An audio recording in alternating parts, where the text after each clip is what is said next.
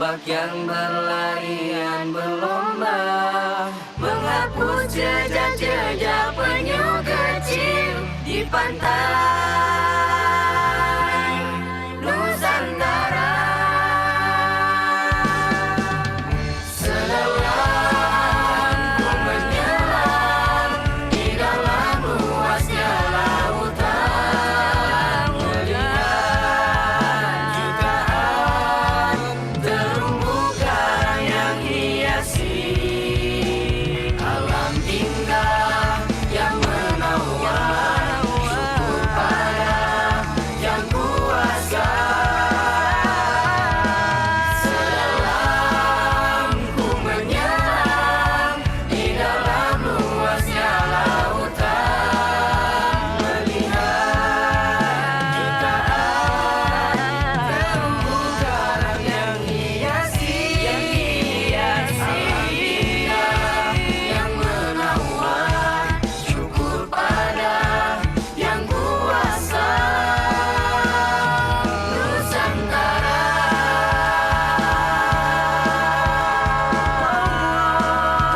Oh yeah,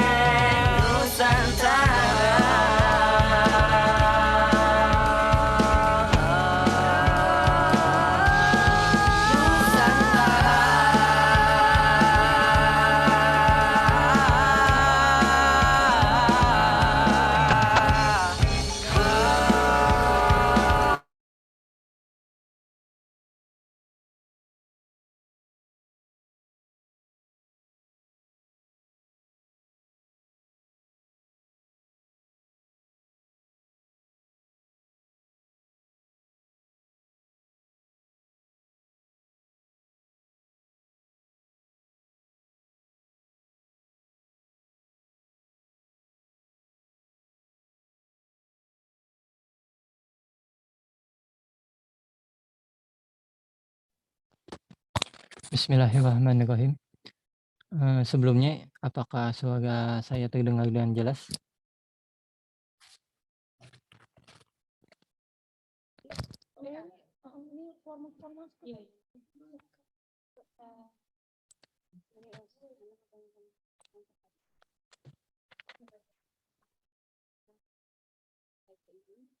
Tes.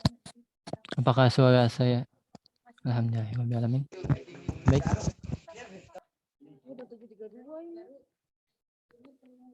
Marilah kita mulai. Tinggi Kak, terdengar.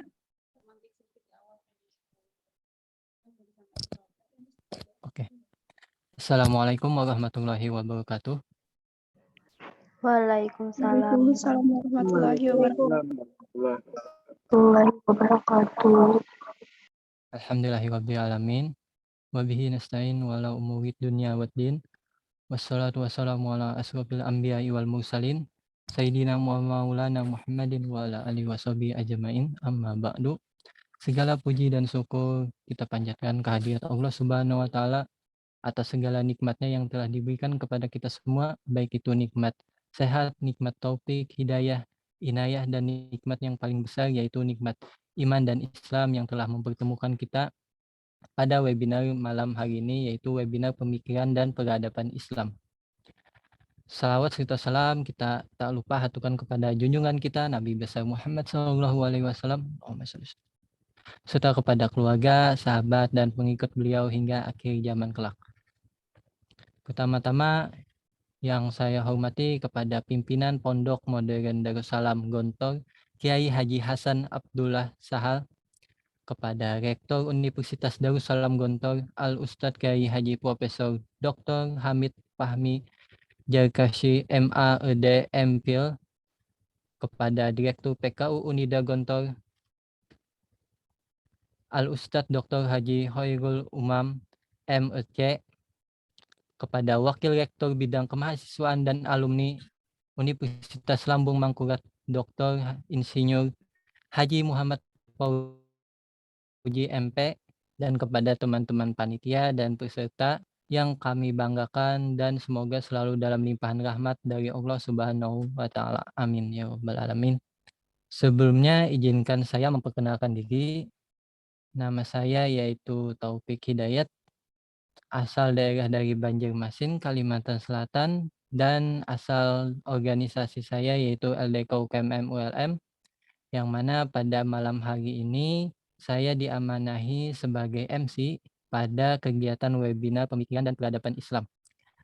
Baik, sebelumnya juga izinkan saya membacakan susunan acara kita pada malam hari ini, yaitu pertama pembacaan ayat suci Al-Quran, yang kedua yaitu pembukaan, yang ketiga yaitu sambutan, keempat yaitu pemaparan materi, yang kelima pembacaan doa, yang keenam yaitu penutup, serta yang ketujuh yaitu foto bersama sebagai dokumentasi acara kita. Baiklah, sebelumnya kepada Iwapila semua yang berada di room Zoom pada malam hari ini, saya himbau kembali jikalau memungkinkan bisa dinyalakan kamera dari device-nya masing-masing, serta mematikan mikrofonnya jikalau tidak ada keperluan saat acara berlangsung, serta dapat menggunakan virtual background yang telah disediakan oleh panitia jikalau perangkat dari Iwapila teman-teman semua memungkinkan.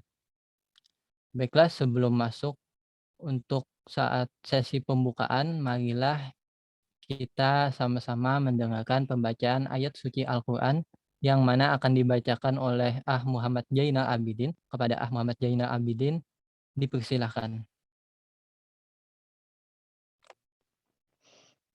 Assalamualaikum warahmatullahi wabarakatuh.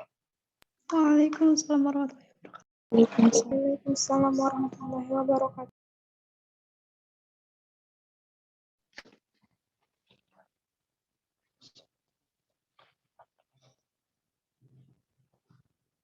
A'udzu billahi minasy syaithanir rajim.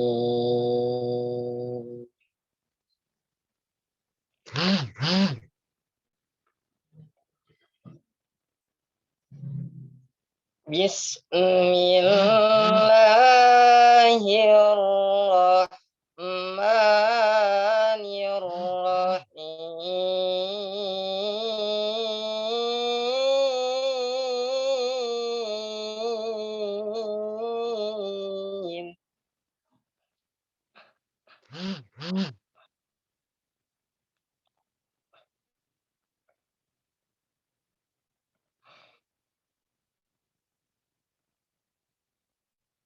Ya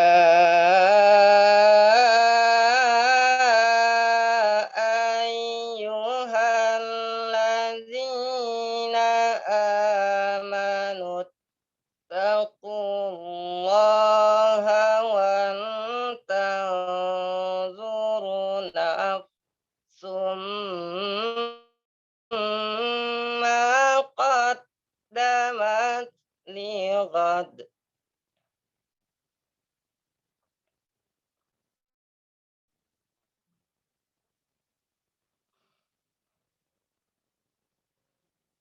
Wattaqullaha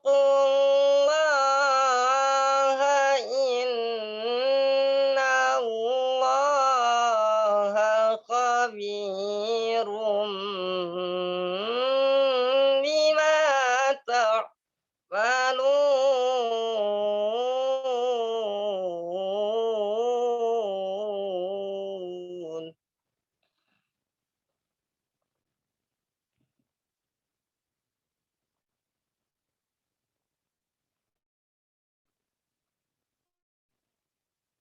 Wala takunu kalladzina nasullaha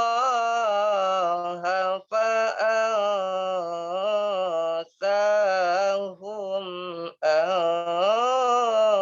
anfusahum.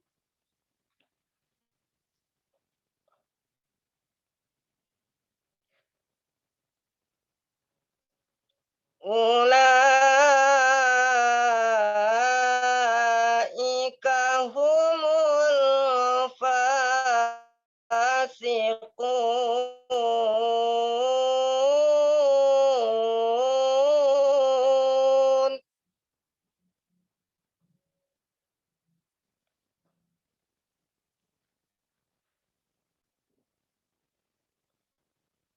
La yastawi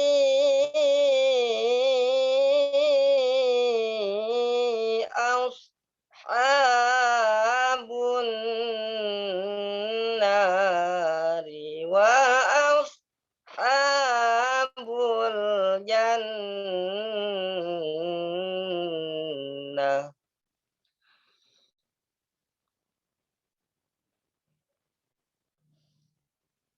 Ashabul jannati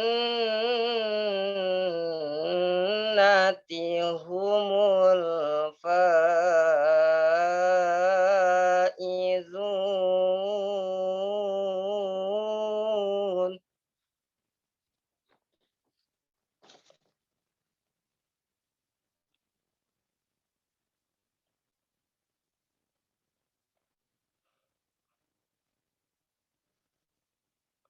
Lau anzalna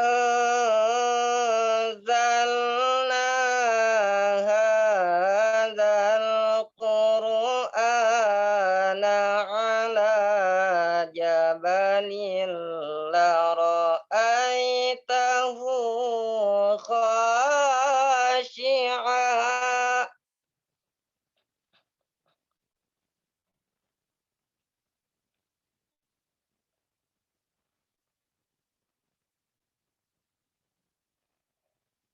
لرأيته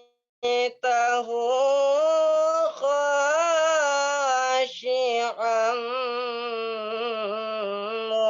متصدعا من خشية الله.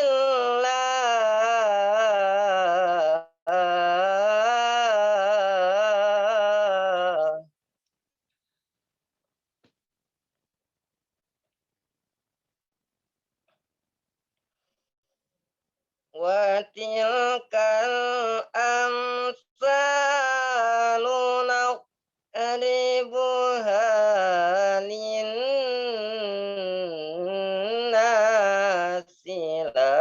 لعلهم يتفكرون.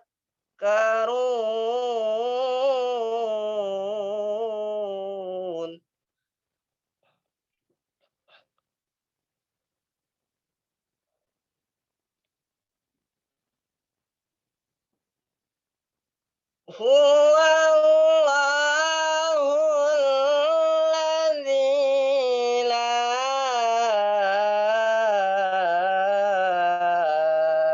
إله إلا هو.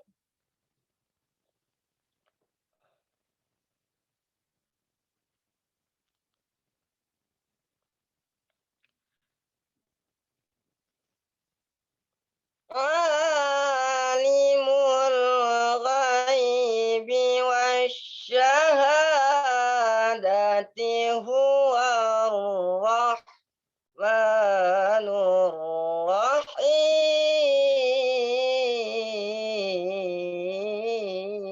الرحيم.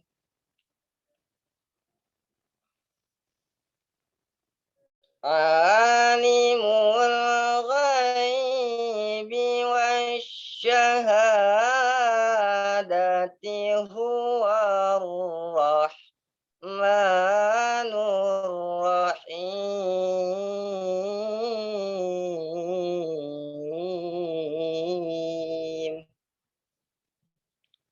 Sadaqallahul azim.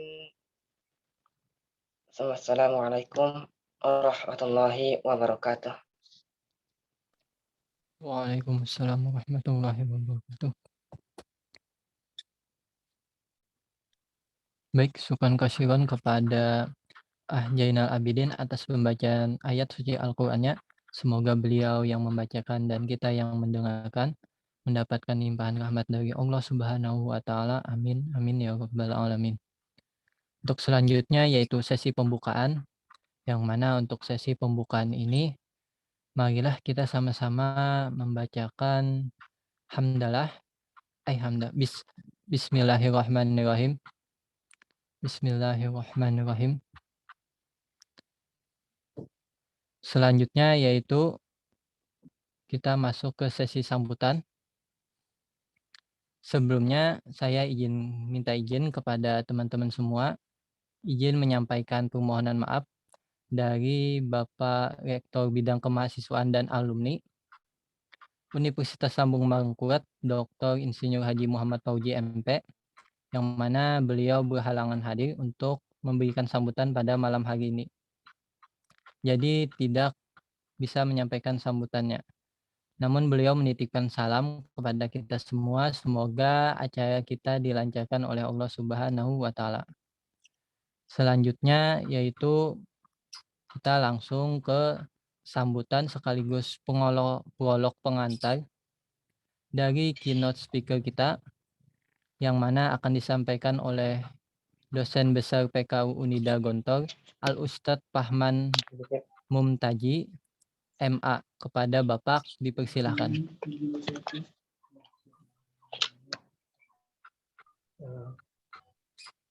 Alhamdulillahil qawil matin wa asyhadu an la ilaha illallahul malikul haqqin wa asyhadu anna Muhammadan abduhu wa rasuluhu shadiqul wa'dil amin sallallahu wasallam wa baraka alaihi wa ala alihi wa sahbihi ajma'in wa tabi'in wa man tabi'ahum bi ihsan ila yaumil. Bismillahirrahmanirrahim. Assalamualaikum warahmatullahi wabarakatuh. Waalaikumsalam warahmatullahi wabarakatuh. Yang kami hormati Dr. Insinyur Haji Muhammad Fauzi MP selaku Wakil Rektor Bidang Kemahasiswaan dan Alumni Universitas Lambung Mangkurat. Yang kami hormati rekan-rekan Badan Kerohanian Mahasiswa Muslim BKMM Universitas Lambung Mangkurat. Yang kami hormati LDK UKMM Universitas Lambung Mangkurat, Sivitas Akademika Universitas Lambung Mangkurat, rekan-rekan mahasiswa, sebuah kesyukuran bagi dan kehormatan bagi kami, keluarga besar program Kaderasi Ulama Universitas Darussalam Gontor, bisa bersilaturahim di malam yang berbahagia ini untuk bisa melaksanakan workshop ya, webinar dan webinar seminar online yang dilakukan pada ini. Mudah-mudahan apa yang kita laksanakan malam ini makin mempererat hubungan antara Universitas Darussalam Gontor, PKU khususnya, dan juga Universitas Lambung Mangkurat.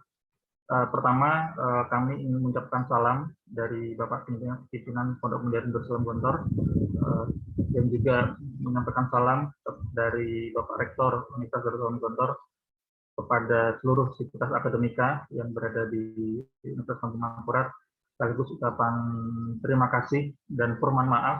Sejatinya kami dari Ponorogo, dari Gontor itu berupaya untuk bisa bersilaturahim langsung ya, untuk bisa hadir langsung di Banjarmasin, akan tetapi karena masih dalam suasana yang belum lepas dari pandemi ini, silaturahim ya pada malam hari ini baru bisa dilaksanakan secara virtual. Tentu kami juga akan sangat terhormat sekali apabila rekan-rekan dari Universitas Lambung Mangkurat bisa berkenan berkunjung hadir di Ponorogo, di Universitas Darussalam Gontor, untuk bisa melaksanakan seminar bersama untuk jilid selanjutnya ya. Itu tentu kami akan sangat terhormat sekali untuk bisa melaksanakan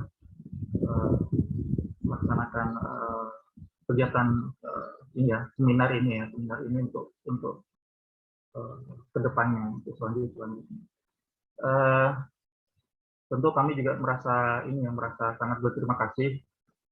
Kami masih diberi kesempatan untuk bisa menjalin hubungan silaturahim berupa workshop online pendidikan dan peradaban Islam ini bersama rekan-rekan di Universitas Lambung Mangkurat. Tentu apa yang akan kami sampaikan dari rekan-rekan dari program Kaderasi Ulama di Unida Gontor ini, meskipun itu pematerinya dari Unida Gontor, tentu ya yang namanya menuntut ilmu, kami juga masih perlu sangat sharing dan pengetahuan dari rekan-rekan yang juga ada di Universitas. Tentu feedback, diskusi kemudian balik begitu ya terhadap apa yang sudah kami kaji selama 6 bulan ini. Rekan-rekan PKO sejak dari bangun tidur sampai tidur lagi ya, kita tempa dari ubudiyah, kemudian dari praktek penulisan, dari akhlak, semuanya kami setting agar rekan-rekan PKO ini bisa menghasilkan sebuah karya yang bisa bisa dibaca dan layak untuk didiskusikan kepada rekan-rekan semua yang ada di Universitas Lampung Mangkurat. Tentu tidak lupa kami juga mengharapkan ada diskusi aktif dari rekan-rekan mahasiswa semua dan yang hadir di webinar pada malam hari ini terkait apa yang akan kami sampaikan terhadap tema yang insya Allah pada malam hari ini mengusung tema pertama adalah melacak asal-usul kekerasan terhadap perempuan. Jadi dalam presentasi kali ini, jadi kami ingin menghadirkan sebuah variasi ataupun term yang selama ini kekerasan diklaim oleh pihak yang mengaku sebagai feminisme. Kami ingin menghadirkan sebuah kajian ilmiah yang itu sebagai counter terhadap apa yang selama ini digaungkan oleh aktivis gender dan feminisme. Kemudian yang kedua adalah konsep sexual right dalam comprehensive sexuality education. Jadi bagaimana tema edukasi seksual itu sangat menurut kami itu perlu dikritisi karena ada berbagai macam poin atau pandangan di mana pendidikan seksual itu justru mengarah kepada suatu hal yang tidak sesuai dengan norma, entah itu norma agama dan norma yang berlaku di masyarakat, terutama nilai-nilai yang dipegang teguh oleh institusi keluarga muslim yang ada saat ini. Itu makalah-makalah atau pemaparan yang pada malam hari ini kami juga setelah melakukan berbagai riset selama 6 bulan dari berbagai ini sumber, tentu apa yang akan kami hadirkan ini adalah sebuah hasil yang menurut kami perlu didiskusikan, perlu kita mengajak dari rekan-rekan mahasiswa untuk bisa ikut berdiskusi dan ikut menyemarakkan apa yang akan kami sampaikan dari rekan-rekan. Mungkin tanpa berlama-lama saya akan serah. Semoga rekan-rekan semuanya di webinar pada malam hari ini bisa mengambil ibroh dan mengambil apa yang bisa didapat. Mudah-mudahan menjadi keberkahan bagi kita semua yang hadir. Mungkin itu saja yang bisa saya sampaikan. Nanti tanpa berlama-lama saya serahkan kembali kepada saudara. Terima kasih. Assalamualaikum warahmatullahi wabarakatuh. Waalaikumsalam warahmatullahi wabarakatuh. Terima kasih banyak kepada Bapak Ustadz Fahman Mumtaji atas penyampaian sambutan maupun keynote speaker yang beliau sampaikan. Selanjutnya langsung saja seperti kata beliau, kita memasuki sesi penyampaian materi yang mana akan disampaikan oleh para pemateri kita yang tentunya memiliki kompetensi di bidang materinya masing-masing. Untuk itu langsung saja akan saya serahkan pimpinan sesi pemaparan materi ini kepada moderator kita, yaitu Kak Istika Ayu Lestari SPD. Kepada Kak Istika dipersilahkan.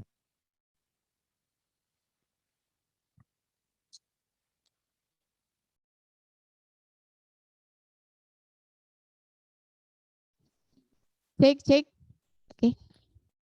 Baik, terima kasih kepada Master of Ceremony yang telah memberikan kesempatan kepada saya untuk melanjutkan rangkaian acara kita pada malam hari ini. Yang terhormat, Bapak Dr. Insinyur Haji Muhammad Fauzi MP, selaku Wakil Rektor Bidang Kemahasiswaan dan Alumni Universitas Lambung Mangkurat. Yang terhormat, Al-Ustadz Fahman Mumtazi MAG, selaku dosen pembimbing program kaderisasi ulama Unida Gontor, dan seluruh hadirin serta narasumber dalam webinar pemikiran dan peradaban Islam yang berbahagia. Bismillahirrahmanirrahim. Assalamualaikum warahmatullahi wabarakatuh. Alhamdulillah. Pertama-tama marilah kita panjatkan puji syukur kehadirat Allah yang telah memberikan nikmat dan karunia-Nya pada kita semua. Salawat serta salam tak lupa kita haturkan kepada junjungan kita Nabi besar Muhammad SAW yang telah membawa kita dari zaman kegelapan menuju zaman terang benderang. Pepatah mengatakan bahwa tak kenal maka kenalan, maka izinkanlah saya untuk memperkenalkan diri.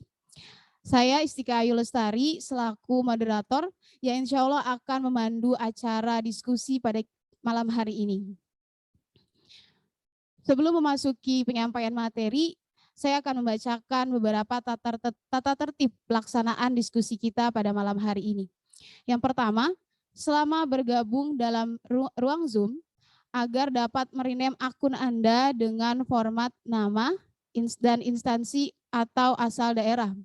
Yang kedua, menonaktifkan mikrofonnya selama berjalannya acara, dan bagi peserta yang ingin mengaktifkan kamera, kami harap dapat berpakaian sopan serta menutup aurat. Kemudian, peserta yang ingin mengajukan pertanyaan dapat menggunakan fitur raise hand serta Zoom chat dengan format nama, asal instansi atau daerah, pemateri ditujukan kepada siapa, dan jangan lupa pertanyaannya. Demikian tata tertib yang akan kita gunakan dalam acara diskusi kita pada malam hari ini. Baiklah para hadirin, kita akan masuk pada penyampaian materi yang pertama. Berbicara mengenai kekerasan seksual, berbicara mengenai kekerasan terhadap perempuan, saat ini memperlihatkan krisis, di mana kasus ini tidak hanya disoroti di tatanan publik, tetapi sudah masuk pada ranah privat. Lantas, bagaimanakah sebab-sebab yang dirumuskan oleh feminisme terkait hal ini?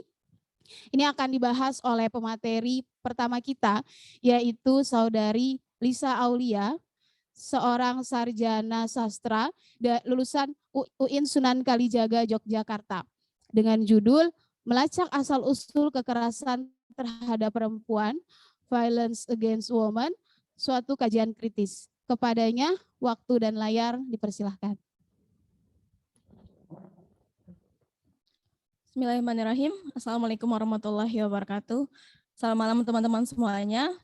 Ya, sekarang kita sedang sangat ramai membincangkan mengenai Permendikbud nomor 30 tahun 2021 mengenai pencegahan kekerasan seksual di kampus. Nah, sebelumnya pada kesempatan kali ini saya ingin membahas hal yang mungkin memiliki sedikit relasi bahwa kekerasan terhadap perempuan sangat marak terjadi, seperti yang data yang WHO ambil dari tahun 2002 sampai 2008 yang menunjukkan bahwasanya sekitar 30% di antaranya perempuan pernah mengalami kekerasan baik secara fisik maupun seksual.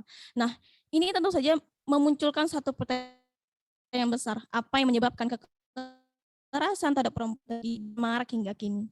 Dengan demikian, pada kesempatan kali ini saya akan membahas mengenai melacak asal-usul kekerasan terhadap perempuan, Violence Against Women, suatu kajian kritis.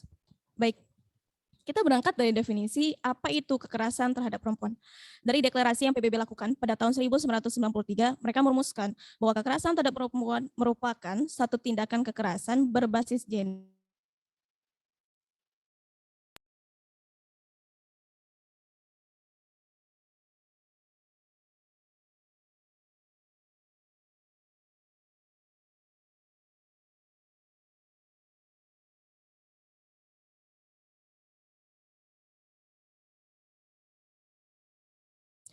Teman-teman, di sini ada dua istilah penting yang patut kita perhatikan, yaitu ada inequality atau ketidaksetaraan dan juga gender.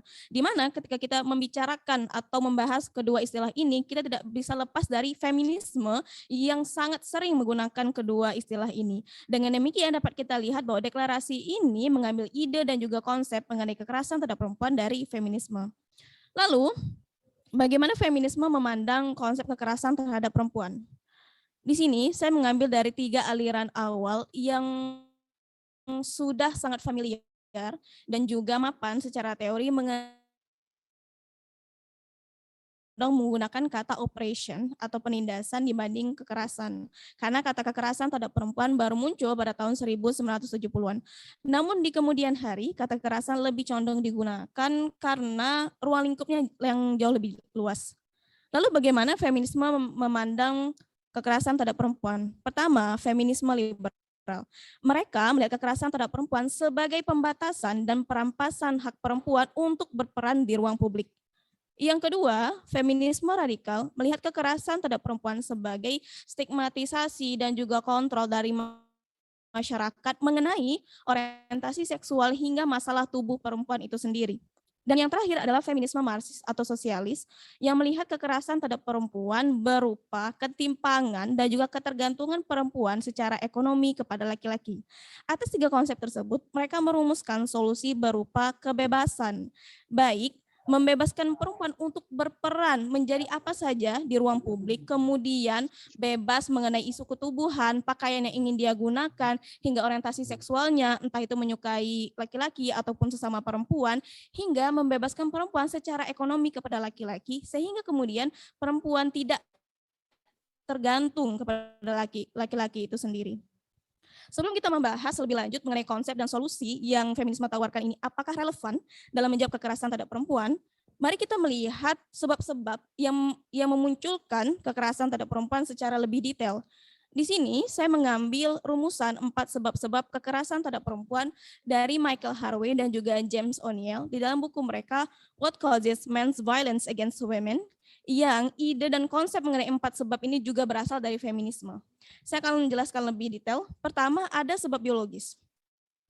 Feminisme melihat bahwa atas keunggulan fisik atau biologi laki-laki, hal ini kemudian memberikan kemampuan laki-laki untuk melakukan kekerasan terhadap perempuan. Simon de Beauvoir di dalam bukunya The Second Sex menyatakan bahwa atas keunggulan fisik tersebut, laki-laki sejak dulu sekali sudah mendapatkan peran yang berani, yang tangguh, dan juga maskulin.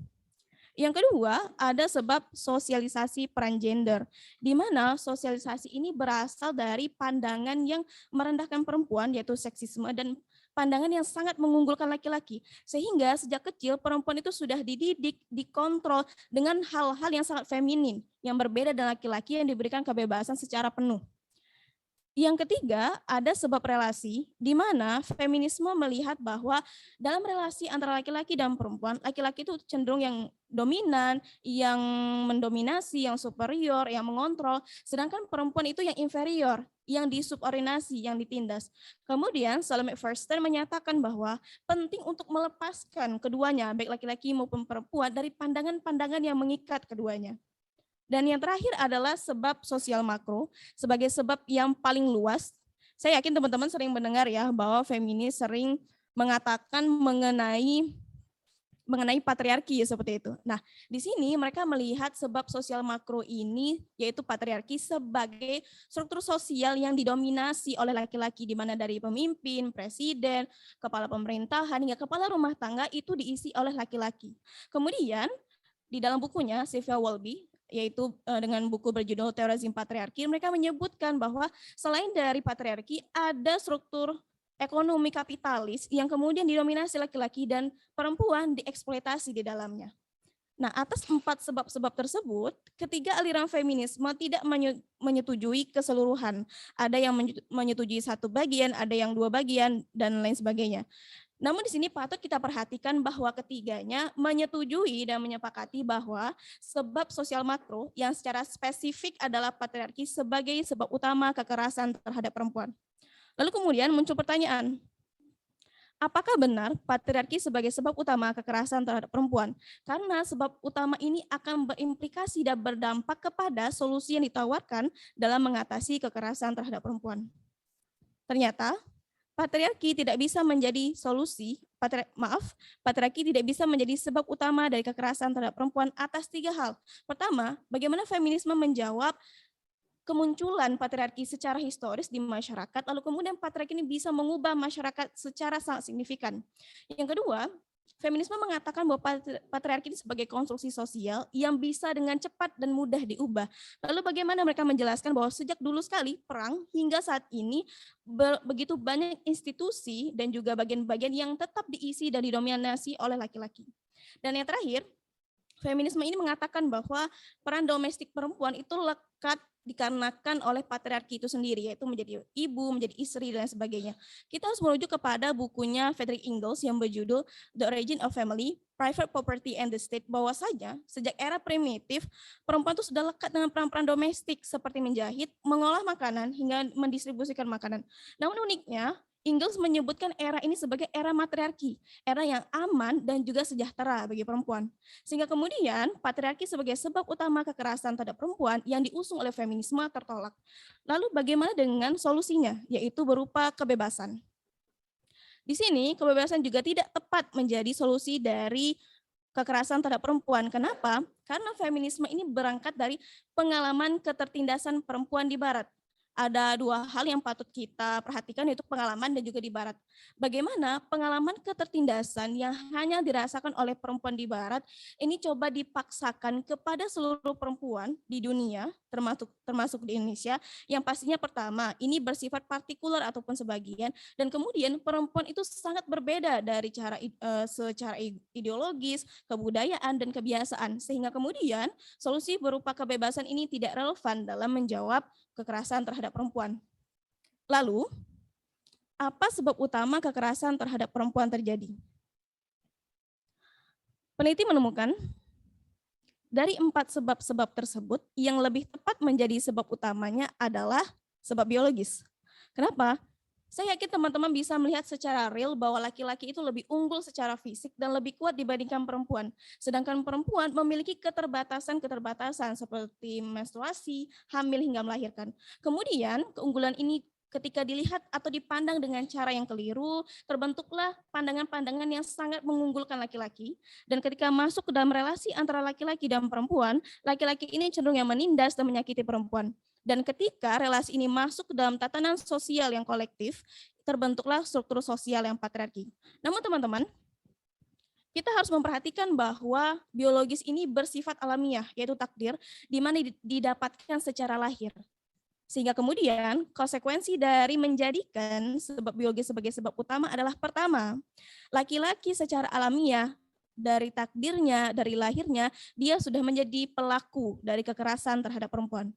Dan yang kedua, perempuan harus menerima dari lahir bahwa kemudian dia akan menjadi otomatis menjadi korban dari kekerasan. Nah, apakah benar seperti itu? Ternyata peneliti menemukan bahwasanya laki-laki mampu dan bisa menjadi korban dari kekerasan.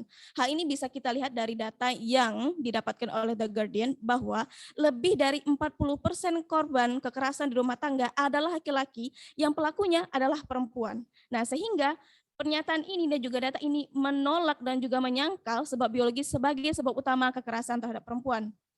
Yang kedua, ketika menjadikan perempuan sebagai korban dari kekerasan, kita tidak bisa menempatkan perempuan tidak memiliki peran dalam terjadinya kekerasan atau istilahnya korban yang pasif seperti itu. Kenapa? Karena dalam terjadinya kekerasan, baik yang memprovokasi ataupun diprovokasi itu bisa dilakukan oleh perempuan maupun laki-laki. Pernyataan ini tidak untuk menyudutkan ataupun menyalahkan perempuan, tidak sama sekali. Namun kita berusaha untuk melihat permasalahan kekerasan ini secara lebih komprehensif dan tidak memihak 100% kepada korban ataupun pelaku seperti itu. Nah, sehingga kita kembali kepada konsep kekerasan terhadap perempuan. Konsep ini bermasalah. Kenapa? Karena menutup kemungkinan atas dua hal. Pertama, perempuan tidak mampu dan tidak akan bisa menjadi pelaku dari kekerasan, padahal dia sangat bisa. Yang kedua, perempuan tidak memiliki peran sama sekali dalam terjadinya kekerasan, padahal dia memiliki dan memiliki peran ketika kekerasan itu terjadi. Sehingga kemudian konsep kekerasan terhadap perempuan ini sangat memihak dan hanya menjadikan perempuan yang bisa menjadi korban, padahal laki-laki pun juga bisa menjadi korban dari kekerasan. Di sini ada pernyataan yang menarik bahwasanya kekerasan itu bersifat bidirectional ataupun dua arah, di mana baik yang baik pelaku maupun juga korban itu bisa diperankan atau dilakukan oleh laki-laki maupun perempuan.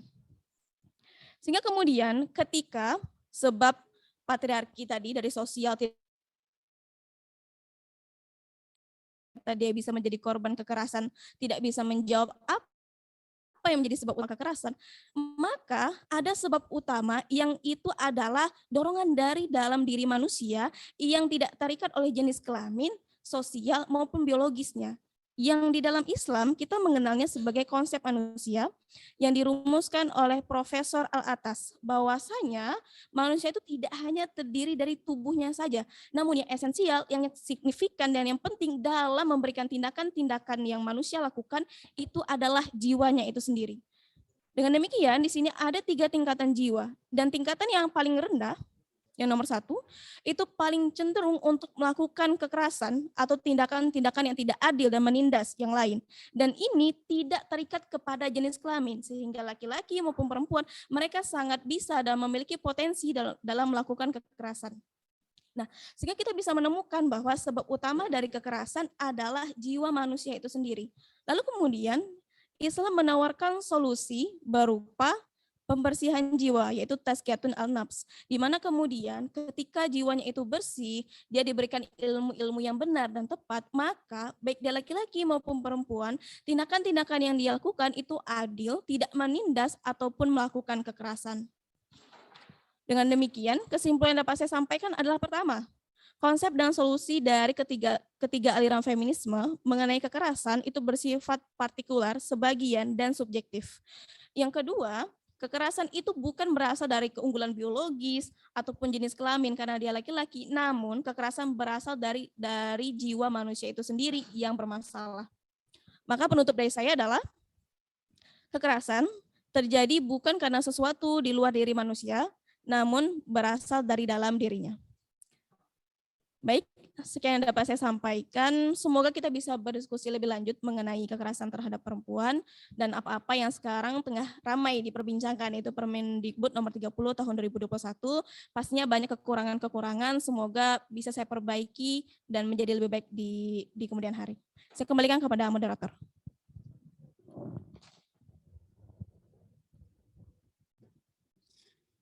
Baik, terima kasih kepada Saudari Lisa Aulia atas penyampaian materinya.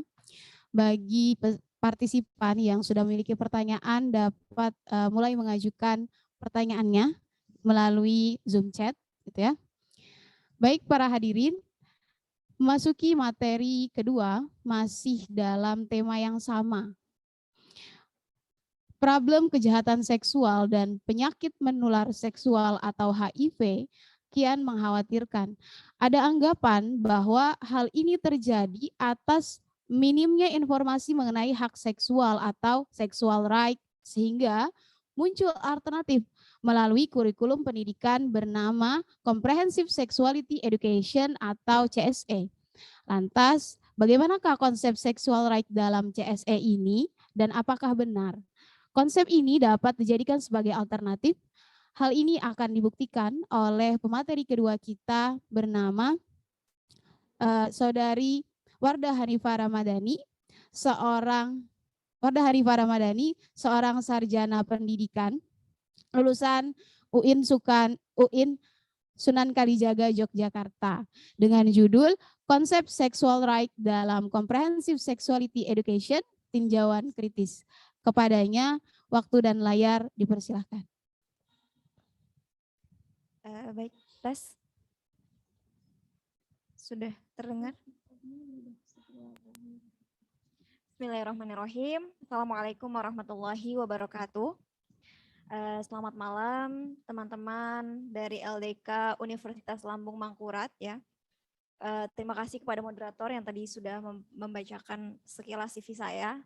Sesuai dengan judulnya, yaitu saya memilih judul Konsep Sexual Right dalam Comprehensive Sexuality Education, Tinjauan Kritis gitu ya. Ya jadi sebenarnya secara umum, alasan saya mengambil tema ini karena tadi sudah dijelaskan bahwa maraknya kasus penyakit menular seksual, kemudian kekerasan seksual atau pelecehan seksual di Indonesia ataupun di dunia itu kan mengkhawatirkan sekali gitu ya. Nah, seperti bisa dilihat di layar gitu ya. Kalau di Indonesia sendiri per tahun 2019 itu sudah ada 50.000 kasus ya, kasus HIV positif, kemudian 7.000 kasus AIDS kayak gitu. Nah, kemudian pemberitaan-pemberitaan tentang kehamilan di luar pernikahan dan pelecehan itu makin marak gitu ya. Kita mengakui itu ada gitu. Nah, tetapi kemudian hal ini oleh organisasi internasional gitu ya, dari SIKES maupun International Planned Parenthood Federation dikatakan bahwa problem ini dikarenakan 3 hal gitu. Yang pertama adalah karena kurangnya informasi dan pendidikan. Andai saja mereka itu mengetahui pendidikan seksualitas gitu. Ketika mereka mengetahui gimana cara supaya tidak menjadi korban, supaya tidak menjadi pelaku, supaya tidak tertular penyakit menular seksual, tidak kena HIV, AIDS dan sebagainya gitu ya. Mereka pasti tidak akan mengalami itu karena punya informasi dan punya bekal ilmu gitu. Dan kalau misalnya seseorang itu gendernya setara, itu pasti tidak akan terjadi. Dan satu lagi, terpenuhi hak seksualnya. Nah, kemudian dari 3 alasan ini muncullah tawaran gitu ya, yaitu pendidikan seksualitas dalam bentuk kurikulum yang dinamakan sebagai Comprehensive Sexuality Education. Nah, sebenarnya apa sih sebenarnya Comprehensive Sexuality Education itu? Kita jadi akan mencoba untuk melacak dari CSE-nya dan kemudian nanti kita akan membahas sexual right-nya. Nah, di sini definisinya adalah umum sekali ya gitu ya, proses pengajaran dan pembelajaran seksualitas yang berbasis kurikulum dengan mengajarkan anak-anak dan remaja tentang aspek kognitif, emosional, fisik dan sosial dari seksualitas gitu. Jadi dia berbasis kurikulum yang akan ditujukan untuk sekolah-sekolah. Alasannya kenapa? Karena supaya anak kecil itu sudah sejak dini sudah mengerti, supaya tidak tertular, supaya tidak jadi korban, supaya tidak jadi pelaku gitu ya. Bagus sekali gitu sebenarnya niatnya. Tapi kita lihat lagi nanti akan lebih jauh. Sebenarnya tujuan dari CSE itu apa? Jadi ada 4. Yang pertama untuk mewujudkan kesehatan, kesejahteraan, martabat mereka itu adalah anak-anak dan remaja, kemudian mengembangkan rasa hormat sosial dan hubungan seksual, kemudian mempertimbangkan bagaimana pilihan mereka ya yang akan mempengaruhi kesejahteraan mereka, dan yang terakhir untuk bisa memastikan bahwa hak-hak mereka itu terlindungi dan terpenuhi, seperti itu. Nah, selanjutnya ada 2 prinsip dasar dalam CSE ini. Yang pertama adalah hak asasi manusia dan yang kedua adalah gender gitu ya. Makanya tadi kan disebutkan 3 alasan yang kemudian menghasilkan rumusan CSE ini. Nah, tetapi hak asasi manusia yang ada di dalam CSE itu karena dia hal-hal yang berkaitan dengan seksualitas, kita bisa pahami itu sebagai hak seksual atau sexual right. Nah, sexual right itu atau hak seksual, dia tidak akan terpenuhi ketika hak-hak yang lain tidak terpenuhi. Nah, hak apa saja itu? Yang pertama ada hak atas kebebasan seksual, hak kesetaraan, hak privasi, hak otonomi, integritas, dan bermartabat. Dan ini berlaku untuk semua orang gitu ya, termasuk anak dan remaja yang tadi menjadi objek dalam CSE ini. Jadi dalam hak kesetaraan atau hak kebebasan, hak privasi, seseorang anak itu dia bebas melakukan apa saja yang menurut dia baik untuk tubuhnya, yang menurut dia baik untuk seksualitasnya. Kalau misalkan di ranah privasi gitu ya, seorang anak itu boleh loh dia mengakses informasi, mengakses layanan-layanan kesehatan seksual yang tanpa harus persetujuan orang tua, karena itu privasi dia sebagai makhluk, sebagai manusia gitu. Jadi kalau kita pahami ini secara detail dalam panduan ini ya, sexual right ini, itu sangat bebas sekali gitu. Nah, coba kita akan lihat sedikit penjelasan lebih lanjutnya.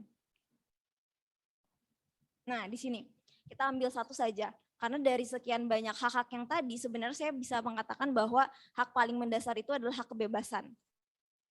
Hak atas kebebasan berpikir, berpendapat, dan berekspresi. Hak untuk berserikat. Nah, itu di dalam buku ini dijelaskan seperti itu. Jadi semua orang itu punya hak untuk bisa mengekspresikan ide-ide tentang seksualitas mereka.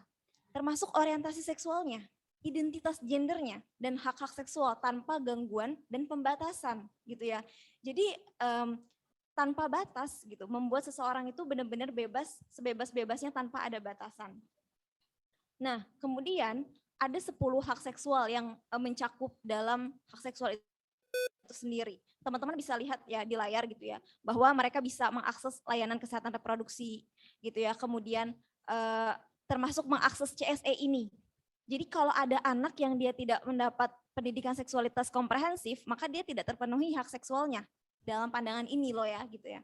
Nah kemudian dia bebas untuk memutuskan berpasangan dengan siapa. Berpasangan dengan siapa ini kan berarti ya sebenarnya kalau kita berpikir ya kita memang bebas kan untuk memilih pasangan hidup kita gitu. Kita memang punya kebebasan, tetapi pasti ada batas-batas yang menjadi ukuran gitu. Tidak benar-benar bebas-bebasnya. Ya kali kita mau misalkan kayak pedofil gitu kan, dia melampiaskan hasrat seksual kepada anak kecil gitu, atau kepada keluarga sendiri yang kemudian dinamakan incest, atau kepada perempuan sesama perempuan gitu ya, lesbi gitu.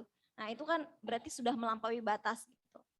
Nah di sini kemudian dalam buku Exclaim gitu ya dijelasin bahwa remaja itu adalah makhluk seksual loh. Mereka itu memiliki kebutuhan seksual, keinginan, fantasi, dan itu harus dipenuhi. Jadi kalau sesuatu udah menjadi hak asasi gitu ya, itu sudah berarti dia menjadi hal yang harus dipenuhi, harus dijaga gitu. Nah ini kan menjadi hal yang problematis gitu ya, problematis ketika dijadikan sebagai asas atau dasar dalam pendidikan seksualitas gitu. Nah jadi di sini saya membuat satu kesimpulan bahwa ada 3 problem mendasar dari CSE ini gitu ya. Yang pertama, antroposentris atau berpusat kepada manusia. Jadi keputusan dia itu didasari oleh dirinya sendiri. Kemudian yang kedua, kebebasan tanpa batas. Apa yang tadi saya jelaskan gitu ya. Jadi ketika seseorang itu berharap untuk dipenuhi hak seksualnya, itu membuat dia mendapatkan kebebasannya tanpa batasan. Kemudian melemahkan otoritas orang tua, seperti tadi, hak privasi. Bagaimana mungkin seorang anak loh ya, anak itu kan dia definisinya itu masih di bawah bimbingan orang tua gitu. Bagaimana mungkin hak seksualnya itu tidak bisa diintervensi oleh orang tua gitu. Nah kemudian apa implikasinya? Kita akan lihat sekilas saja, tidak semua. Jadi memang sebenarnya harus kita kritisi gitu ya tawaran-tawaran yang diberikan oleh Barat itu. Yang pertama, CSE itu mengajarkan anak untuk melegitimasi orientasi seksual. Kita tahu gitu ya bahwa hidup bertoleransi itu benar gitu. Tetapi ketika kita bertoleransi dengan hal-hal yang ibaratnya kita katakan batil gitu ya, seperti orientasi seksual yang berbeda, identitas gender, maka kita tidak bisa diam begitu saja gitu. Nah, seperti yang teman-teman lihat di layar gitu ya. Kemudian yang selanjutnya tentang mencegah kehamilan ataupun penyakit menular seksual dengan cara mengenalkan alternatif kontrasepsi. Sebenarnya kalau kita berpikir untuk bisa mencegah adanya kehamilan atau misalnya penularan penyakit menular, itu kan tentu dengan tidak melakukan hubungan seksual itu gitu ya. Tapi justru dengan cara memberikan pengaman lah ibaratnya seperti itu. Justru dengan cara memberikan pengaman itu juga belum tentu berhasil kan gitu. Nah ini kan adalah problem gitu ya. Nah selanjutnya sebenarnya Islam itu memandang kebebasan seperti apa sih? Dan bagaimana Islam itu memandang hak seksual gitu ya.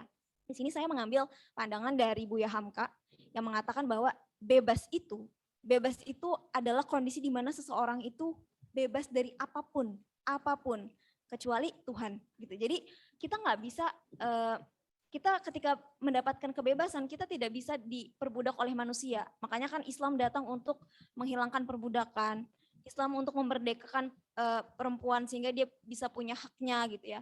Jadi kondisi kebebasan menurut Buya Hamka itu ketika dia bebas dari apapun kecuali Tuhan. Nah, Tuhan ini maksudnya seperti apa? Jadi kebebasan dia itu berdasarkan oleh atau dijustifikasi oleh wahyu. Jadi dia itu melakukan aktivitasnya dengan tuntunan wahyu gitu ya. Nah kalau misalnya menurut Syed Naqib Al-Atas, kebebasan itu dia terkandung dalam konsep ikhtiar.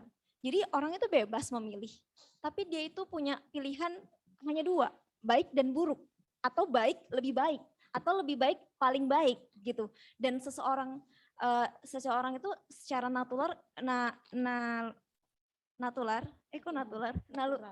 ya naluriahnya gitu ya.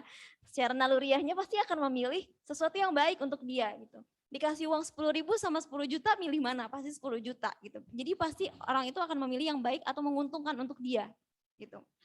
Nah kemudian kalau menurut Khadijah An-Nabarawi gitu ya, bahwa hak manusia dalam Islam termasuk juga hak seksual itu harus selaras dengan fitrah. Kalau misalkan kita lahir sebagai perempuan, ya maka orientasi seksual kita pasti kepada laki-laki gitu ya.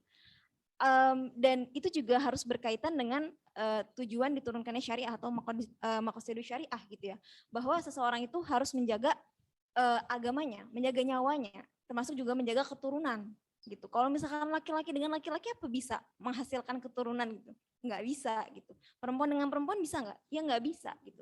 Jadi bagaimana supaya kita bisa menjaga bumi kita dengan melahirkan generasi yang solih dan solihah gitu kan. Nah ternyata konsep ini CSE dengan dilandasi dengan konsep seksual right itu bukan hanya tertolak dalam Islam gitu ya, tetapi juga ada organisasi-organisasi internasional yang menolak ini. Salah satunya adalah Protect Our Kids. Nih kata foundernya, sekolah itu punya peran loh untuk bisa mendidik anak-anak tentang hal-hal yang berkaitan dengan anatomi tubuh, gitu kan, biologi, reproduksi, kesehatan gitu ya. Tetapi kalau sudah ranahnya pada mempromosikan keintiman seksual seperti itu gitu, maka itu sebenarnya sudah jauh melampaui batas kalau katanya Max Schneider gitu ya. Kemudian ada organisasi lainnya namanya Family Watch International. Nah ini juga mereka menolak gitu ya, dengan asas seksual right itu membuat konsep pendidikan seksual ini menjadi sangat liberal sekali gitu. Di sini mereka mencoba merumuskan ada 6 poin gitu dalam tulisan mereka gitu ya. Jadi dengan adanya CSE ya teman-teman bisa baca sendiri ya gitu ya, bahwa program ini akan bisa mempromosikan orientasi seksual yang menyimpang, kemudian melanggar nilai-nilai budaya dan agama gitu ya, mempromosikan kontrasepsi, aborsi dan sebagainya gitu ya. Termasuk juga mempromosikan adopsi untuk pasangan homoseksual. Kan tadi sudah bilang begitu, bahwa laki-laki dan laki-laki tidak akan pernah bisa, tetapi dengan ini seseorang itu mendapat kebebasan untuk bisa punya keturunan tapi dengan cara yang ya itu tadi gitu ya, dengan cara adopsi. Nah, di sini saya mencoba untuk mencoba meluruskan kembali gitu. Sebenarnya tujuan pendidikan seksualitas itu untuk apa sih? Tentu ada 3. Yang pertama untuk bisa mengetahui fungsi organ reproduksi. Kemudian yang kedua untuk menjaga dan memeliharanya gitu ya dari penyakit-penyakit. Dan yang ketiga adalah mencegah kita dari adanya kejahatan maupun pelecehan gitu kan. Ini adalah tujuan dari pendidikan seksualitas dalam bukunya Yusuf Madani. Nah, kemudian saya mencoba untuk merangkumkan sedikit. Ini adalah pandangan beberapa tokoh gitu ya, tentang sebenarnya alur dalam Islam itu dalam pendidikan seksualitas itu seperti apa. Nah, di sini kita lihat di 0 sampai 7 tahun anak itu pendidikan seksualitas untuk anak itu dimulai dengan memberikan penamaan yang sesuai dengan nama dengan jenis kelaminnya. Kalau anak perempuan diberi nama perempuan gitu ya, laki-laki diberi nama laki-laki gitu. Kemudian mengakikah, sunat bagi anak laki-laki. Karena kan tujuannya kan untuk menjaga dan menjaga dari penyakit maupun pelecehan gitu kan. Nah kemudian di usia 7 sampai 10 tahun gimana anak itu diajarin untuk etika meminta izin. Meminta izin ini meminta izin masuk ke kamar orang tua di 3 waktu gitu ya, di pagi hari, siang hari dan malam hari begitu. Kemudian bagaimana anak diajarkan untuk etika melihat. Etika melihat ini luas sekali. Misalnya nih anak perempuan melihat perempuan itu ada etikanya supaya mereka itu mencegah dari lesbi. Gimana laki-laki memandang laki-laki supaya mencegah dari gay. Gimana seorang orang dewasa etika melihat anak kecil supaya mereka tidak jadi pedofil. Atau bagaimana kita memandang keluarga kita sendiri. Itu kan ada etikanya supaya tidak terjadi adanya incest gitu ya. Kemudian bagaimana kita diajarkan untuk menutup aurat supaya tidak menjadi apa namanya, ya ini pasti akan jadi perdebatan sebenarnya kalau di luar kan. Misalkan kayak perempuan bebas berpakaian tapi seorang laki-laki harus menutup menundukkan pandangannya. Ini kan sebenarnya seperti yang tadi diulas oleh pemateri sebelumnya gitu ya. Yang menjadi masalah adalah jiwanya. Jadi sebenarnya tujuan dari pendidikan seksualitas dalam Islam ini yang kemudian dinamakan sebagai tarbiyatul jinsiyah itu tujuannya untuk bisa menjaga kesucian manusia gitu. Untuk menjaga kesucian manusia yang pada akhirnya bermuara pada ikatan pernikahan yang suci seperti itu.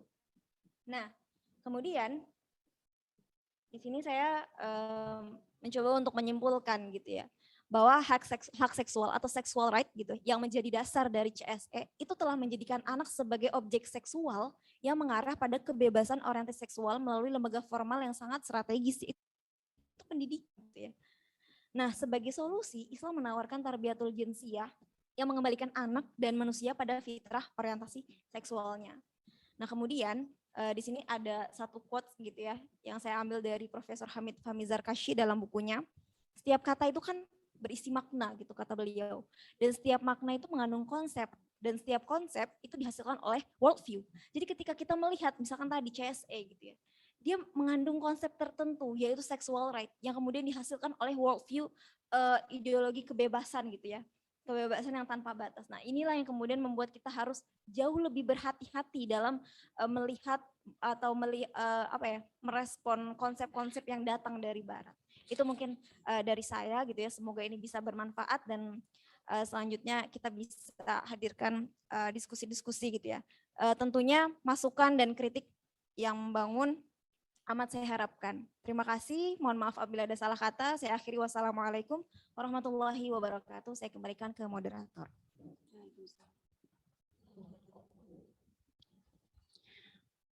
Terima kasih kepada Saudari Wardah Hanifah atas penyampaian materinya. Saatnya kita masuk pada sesi yang paling ditunggu-tunggu, yaitu sesi tanya jawab atau diskusi. Pada kesempatan kali ini kita akan membuka 2 termin pertanyaan. Termin pertama, pertanyaan dapat diajukan melalui fitur raise hand, dan termin kedua, pertanyaan dapat diajukan melalui Zoom chat. Jadi, dipersilakan kepada para partisipan yang ingin bertanya langsung kepada kedua pemateri kita, dapat untuk mengaktifkan fitur raise hand-nya, kemudian mengaktifkan kameranya, memperkenalkan diri, dan mengajukan pertanyaannya. Kepada teman-teman yang ingin bertanya langsung kepada pemateri, dipersilakan.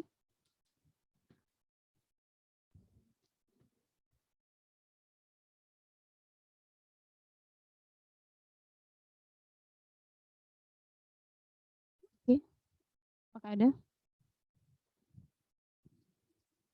Baiklah, mungkin masih malu-malu ya untuk mengaktifkan fitur raise hand-nya.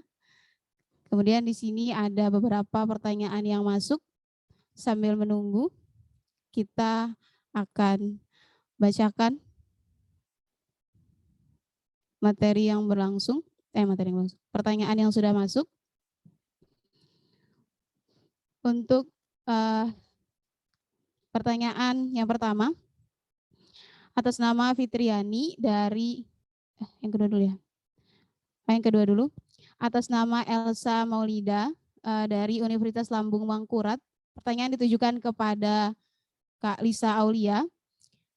Sini ada 2 pertanyaan. Yang pertama, ada beberapa orang khususnya perempuan yang ketika semakin sering mendengar pembahasan tentang kekerasan terhadap perempuan, bukannya waspada dan membekali diri dengan pengetahuan dan pencegahan terhadap kekerasan, namun malah merasa takut. Kemudian yang kedua, adanya paham feminisme yang membahas tentang kesetaraan menyebabkan beberapa orang berpikir feminisme melemahkan laki-laki.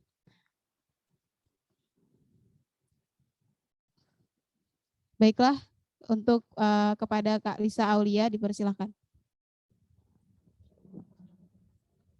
Baik, terima kasih untuk pertanyaannya dari Saudari Elsa Maulida. Baik sekali, yang pertama saya ingin membahas mengenai bahwa pembahasan mengenai kekerasan ini cenderung menakuti atau malah membuat perempuan itu condong untuk takut ya dibanding melakukan pencegahan. Mungkin menurut saya lebih jelasnya kita bisa melihat secara data dan kemudian apa faktor-faktor yang membuat mereka takut terhadap fakta-fakta mengenai kekerasan ini. Jika dibilang bahwa kekerasan semakin marak memang benar seperti itu. Bahkan Sylvia Walby dalam bukunya Terazim Patriarki itu menyebutkan bahwa sejak semakin dibukanya akses untuk melaporkan mengenai kekerasan itu data ataupun pelaporan mengenai kekerasan itu semakin meningkat bahkan dalam skala yang sangat tinggi seperti itu. Nah, kemudian yang harus kita perhatikan adalah pertama yang buat takut Bisa jadi dari perlindungan secara hukum yang belum terlalu kuat seperti itu, atau mungkin bisa jadi dari fasilitas yang belum secara mapan dalam menangani permasalahan kekerasan seperti itu. Namun kemudian patut kita perhatikan bahwa jangan sampai kita condong kepada hal-hal yang tidak mendasar secara data. Kita harus melihat secara data ini berlandaskan apa, kemudian bagaimana pencegahan efektif dari hukum hingga kepada penerapannya seperti itu.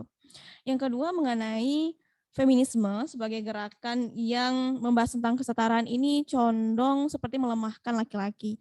Nah, di sini kita berangkat dari permasalahan kesetaraan dulu ya. Kesetaraan ini bermasalah menurut saya. Kenapa? Karena kita bisa merujuk kepada bukunya Alison Jagar, yaitu Feminist Politics and Human Nature, bahwa dia menyebutkan kesetaraan ini menyamakan seluruh perempuan seakan-akan mereka memiliki skill, minat, keinginan yang sama seperti itu. Seperti menempatkan atau menjadikan 30% perempuan atau 30% dari kursi dari parlemen itu haruslah perempuan. Padahal apakah bisa kita menyamaratakan seluruh perempuan itu menginginkan menjadi bagian dari parlemen seperti itu? Kan sulit sekali ya untuk bisa menyamaratakan seperti itu. Nah, kemudian Jagar juga menjelaskan bahwa kesetaraan ini muncul dari pikiran-pikiran atau ide-ide dari segolongan perempuan, yaitu feminisme, yang hanya mendukung atau mewakili kepentingan mereka saja seperti itu. Bisa kita lihat di barat ya, bahwa ketika perempuan diberikan kebebasan untuk berperan di ruang publik, bekerja sebebasnya seperti itu, ketika mereka keluar dari rumah, yang mengurus rumah mereka dari mengurus permasalahan rumah tangga seperti bersih-bersih dan sebagainya, itu kemudian digantikan oleh perempuan. Nah, sehingga kita kemudian melihat ya ada hierarki ataupun ada ketimpangan di situ. Sebagian perempuan yang mereka memiliki kemapanan secara ekonomi, mereka bebas keluar, bekerja, atau mengeksplorasi keinginan-keinginan mereka. Namun di balik itu banyak sekali perempuan-perempuan lain yang tidak bebas ataupun mereka ini tidak mampu secara ekonomi akhirnya menjadi pekerja dari perempuan-perempuan tersebut.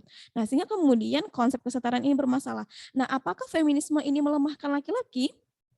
Bisa dirujuk kepada bukunya Feminist Thought, yaitu karangan Rosemary Tong, bahwasanya bahkan ya ketika kita melihat dari 3 aliran yang sudah saya jelaskan, pertama feminisme liberal yang sebenarnya bisa kita lihat mereka ini bingung dalam mengenai kesetaraan itu sendiri.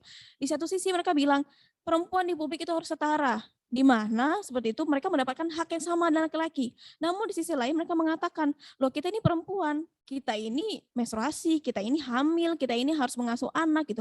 Kalau kita sama diberikan haknya dengan laki-laki, kita yang rugi. Nah, di sini mereka udah berbeda ya. Yang kedua, yang paling terlihat itu adalah feminisme radikal. Mereka ini ingin melepaskan orientasi seksual mereka tidak kepada laki-laki, karena menurut mereka laki-laki inilah yang menindas perempuan seperti itu.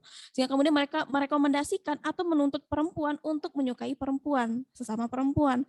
Kenapa? Karena menurut mereka laki-laki itulah sebagai pelaku dan juga akar dari apa-apa yang kemudian menyebabkan perempuan itu tertindas.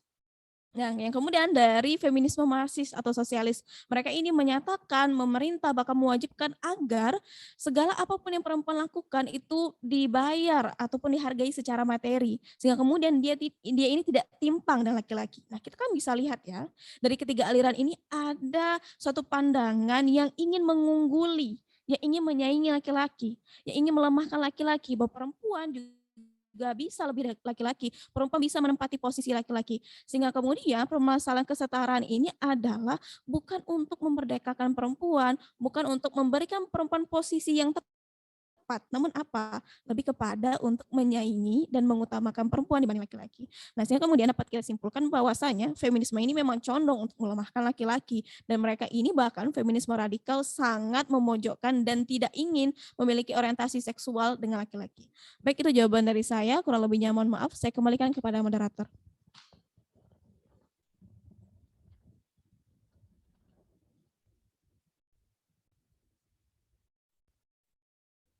Baik, demikian kepada Elsa Maulida jawaban dari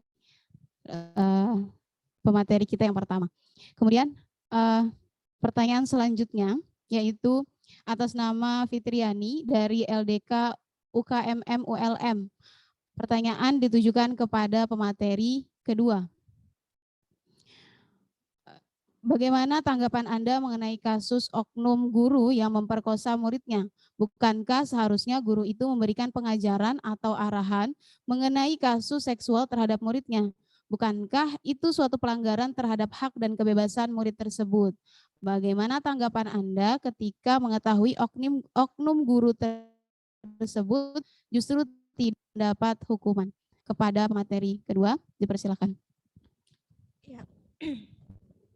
Baik, terima kasih Saudari Fitriani ya dari ULM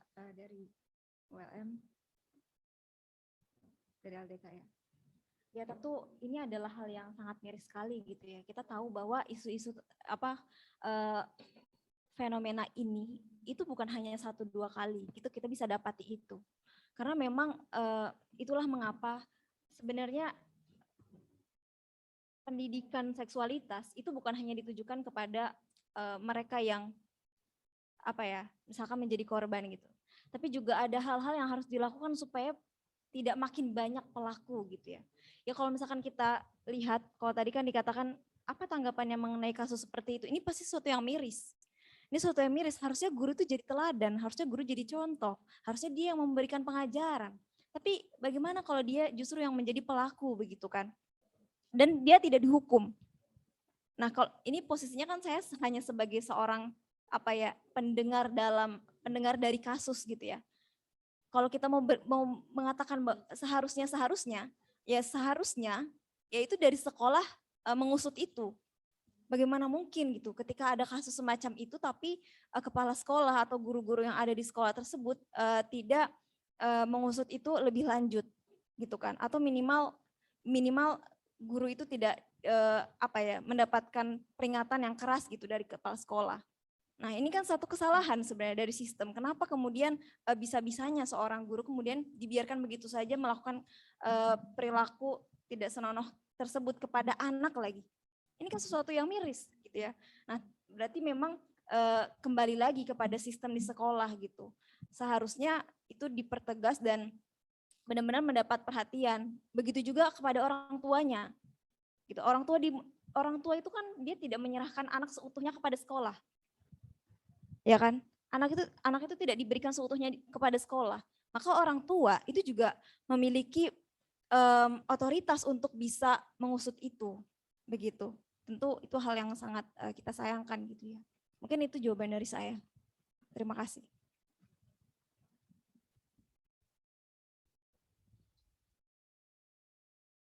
Baik, selanjutnya pertanyaan selanjutnya kepada atas nama Purnama, pertanyaan ditujukan kepada pemateri kedua. Saya ingin bertanya mengenai masalah yang sudah disebutkan. Memang benar ada beberapa masalah yang terkait, tetapi saya coba mengamati dari awal sampai akhir, ada kekosongan argumentasi yang ditajukan seakan-akan opini karena pembicara tidak meminjam beberapa ahli yang sekiranya lebih memiliki hak dalam mengatakan itu salah dan seharusnya seperti apa.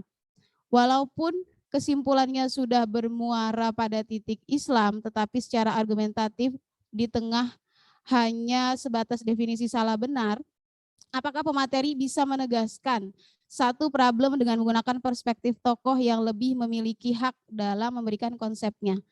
Kepada pemateri kedua, dipersilahkan untuk menjawab.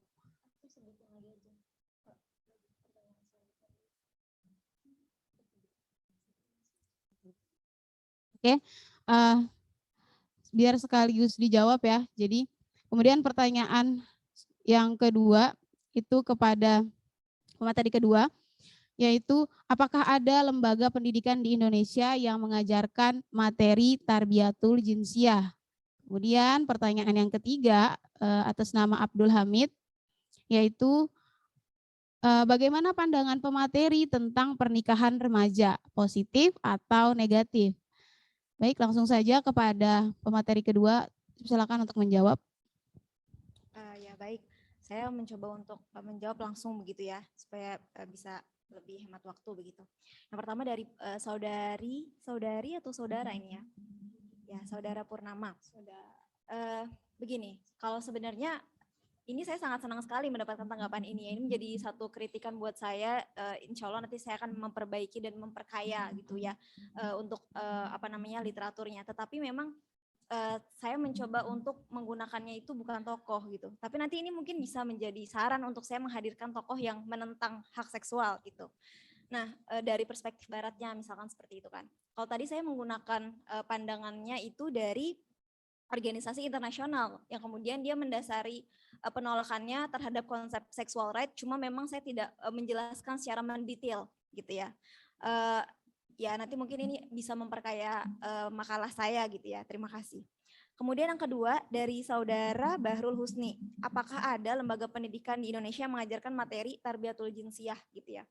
Kalau berdasarkan penjelasan atau pemahaman saya tentang tarbiyatul jinsiyah, itu kan sebenarnya nilai-nilai yang ada di dalamnya itu lebih banyak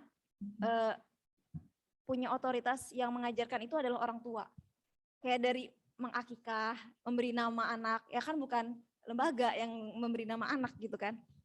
Misalnya menghitan gitu ya, kemudian mengajarkan tata cara memandang dan sebagainya gitu. Jadi itu sebenarnya memang kembali lagi kepada institusi keluarga. Meskipun begitu, tetapi pasti kita membutuhkan elemen lain dari lembaga, dari pemerintah begitu. Nah, berdasarkan hasil wawancara saya dengan mungkin teman-teman tahu Kak Sinyo dari Yayasan Peduli Sahabat, saya pernah berbincang. Sebenarnya ada nggak sih lembaga yang sudah mengajarkan nilai-nilai pendidikan seksualitas dalam Islam seperti ini gitu? Kalau menurut beliau, mungkin secara praktekkan akhlak gitu, itu mungkin udah ada di sekolah-sekolah gitu, tapi tidak secara eksplisit dengan kurikulum gitu. Nah, makanya memang ini menjadi satu tawaran atau menjadi satu wacana gitu. Kita sebagai seorang muslim, generasi muslim, bagaimana supaya kita bisa merumuskan ini menjadi sesuatu hal yang bisa ditawarkan ke dalam lembaga-lembaga di sekolah. Nah, ini menjadi PR kita bersama gitu ya, bukan hanya pemateri dalam hal ini. Ini menjadi satu ajakan supaya kita sama-sama tahu gitu. Karena memang menurut saya istilah tarbiyatul jinsiyah aja masih sangat awam kan gitu di masyarakat mungkin.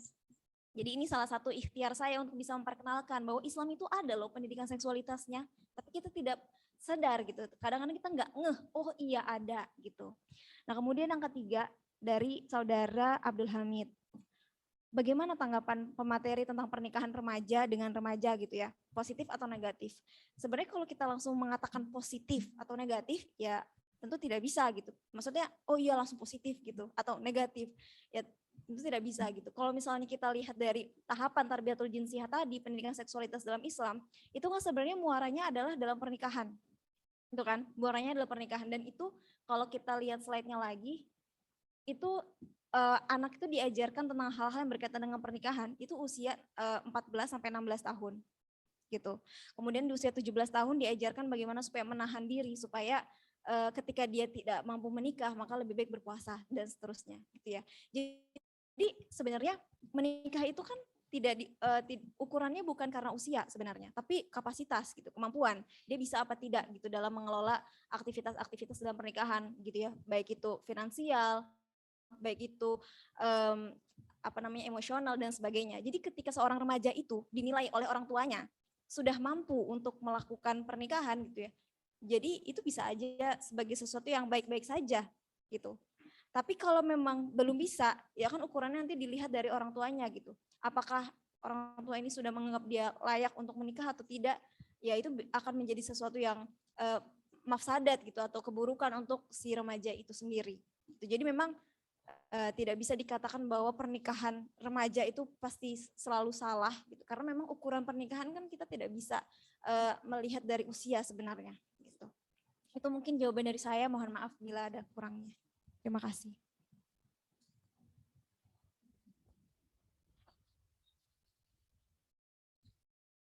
Baiklah, terima kasih kepada pemateri kedua atas jawabannya. Mungkin masih banyak yang ingin bertanya gitu ya. Namun sayang sekali karena keterbatasan waktu, maka diskusi kita pada malam hari ini harus kita cukupkan. Terima kasih atas antusias partisipan semua dalam diskusi kita kali ini. Sebelum melanjutkan acara, izinkan saya untuk sedikit menegaskan kembali atas apa yang sudah kita diskusikan pada malam hari ini. Mengenai materi yang pertama, bahwa konsep violence against women tidak merepresentasikan fenomena kekerasan secara keseluruhan, di mana laki-laki juga mampu untuk menjadi korban. Karena dalam Islam, tindakan buruk seseorang bukan berdasarkan jenis kelamin, namun berdasarkan jiwa dari manusia yang rendah dan jauh dari pemahaman tentang makna hidup. Selanjutnya materi kedua, bahwa konsep sexual right dalam CSE mengalami pertentangan bahkan dari masyarakat barat sendiri karena CSE menseksualisasi anak dan remaja sejak dini.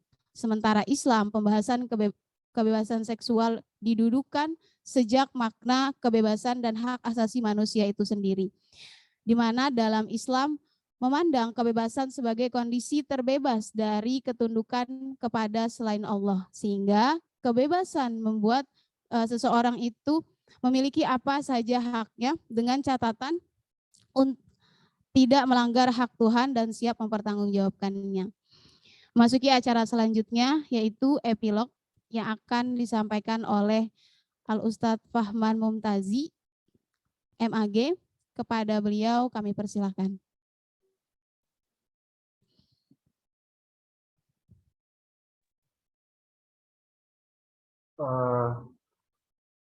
Baik, terima kasih kepada saudari moderator. Jadi apa yang ingin coba kami hadirkan, ya, dihadirkan di webinar kali ini, bagaimana sebuah tawaran terkait pencegahan terhadap entah itu kekerasan seksual atau sexual education, itu perlu kita sensitif terhadap ideologi apa yang berada di balik tawaran itu. Nah, di luar mungkin ini adalah suatu gerakan yang sangat bagus, sangat melindungi perempuan gitu, mencegah kekerasan seksual, itu judulnya bagus sekali.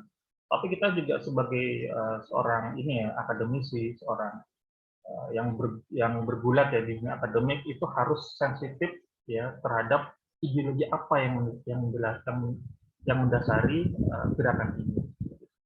Maka ibarat radar, maka akal kita itu harus sensitif terhadap, wah, ini gerakan ada unsur sekularismenya, ini gerakan ada unsur feminismenya, ini ada gerakan, wah, ini kok di luarnya bagus gerakannya, tapi setelah dicek dengan prakteknya, dengan isinya, itu ternyata banyak sekali celah-celah yang itu justru bertentangan dengan nilai dan norma-norma agama.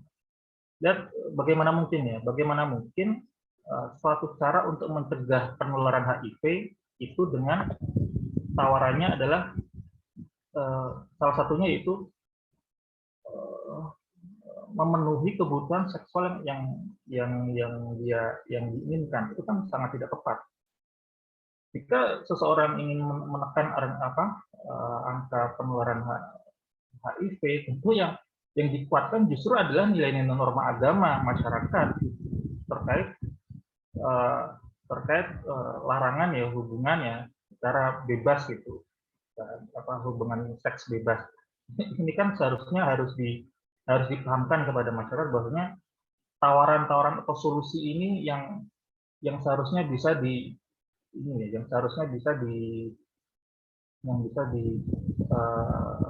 dipahamkan gitu. Jika memang yang lemah itu adalah